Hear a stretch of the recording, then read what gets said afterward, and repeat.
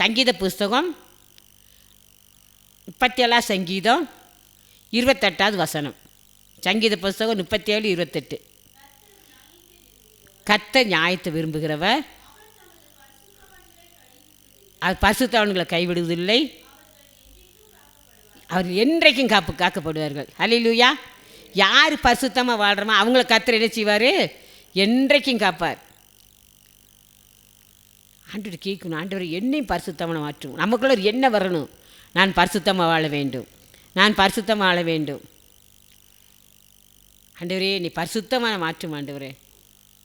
ஒரே ஒரு வாழ்க்கை பரிசுத்தமாக இருந்தால் பரலோகத்தில் இந்த உலகத்தில் காக்கப்படுற பரலோகத்துக்கு போக முடியும். இந்த உலகத்தில் எப்படியானால் வாழ்ந்தவன்னு சொன்னால் பரலோகத்துக்கு போக முடியாது. ஒரே ஒரு வாழ்க்கை பரிசுத்தமாக வாழ வேண்டும்.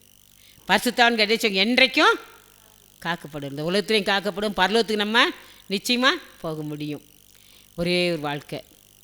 நீதிமொழியின் புஸ்தகம் 2ஆம் அதிகாரம் 8வது வசனம்.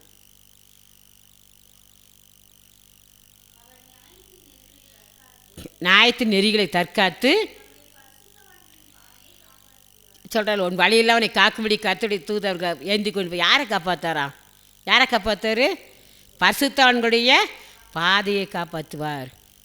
1 சாமுவேல் 2ஆம் அதிகாரம் 8ஆம் வசனம் கூட அது இருந்துச்சு, பரிசுத்தவான்களுடைய பாதத்தை காப்பாற்றுவான்னு இருக்குது. வாசிங்க. 1 சாமுவேல் 2:8.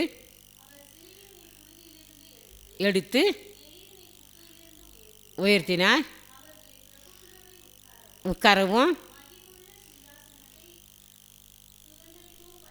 பண்ணுகிறார்.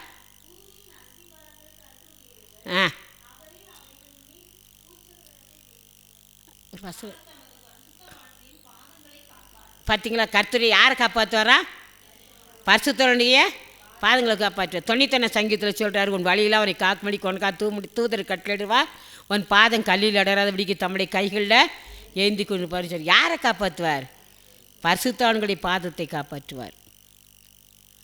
பரிசுத்தவான்கள் என்றைக்கும் என்ன செய்வாங்களா? காக்கப்படுவாங்க. ஹல்லேலூயா. பரிசுத்தவான்கள் என்றைக்கும் காக்கப்படுவாங்க. பரிசுத்தானம் இருக்கம்மா. ஒவ்வொரு நாளும் கர்த்தரை கேளுங்க, ஆண்டவரே நீ பரிசுத்தப்படுத்தும் ஐயா. நீங்கள் பரிசுத்தானம் இருந்தீங்கன்னு சொன்னால் செபிக்காமல் இருக்கவே மாட்டீங்க. நீ உங்களால் துதிக்காமல் இருக்கவே முடியாது. பரிசுத்தம் நிறையாமல் இருக்கவே முடியாது. நீங்கள் பரிசுத்தமாக வாழ்ந்தீங்கன்னு சொன்னால் உங்களை செபிக்காமல் இருக்க முடியாது. யார் செபிக்கிற முன்னால் ஓடி செபிப்போம். பரிசுத்தமாக வாழ்க்கும்போது துதிக்காமல் இருக்க முடியாது. பரிசுத்தம் நிறையாமல் இருக்க முடியாது. தேவனை ஆராதிக்காமல் இருக்கவே முடியாது.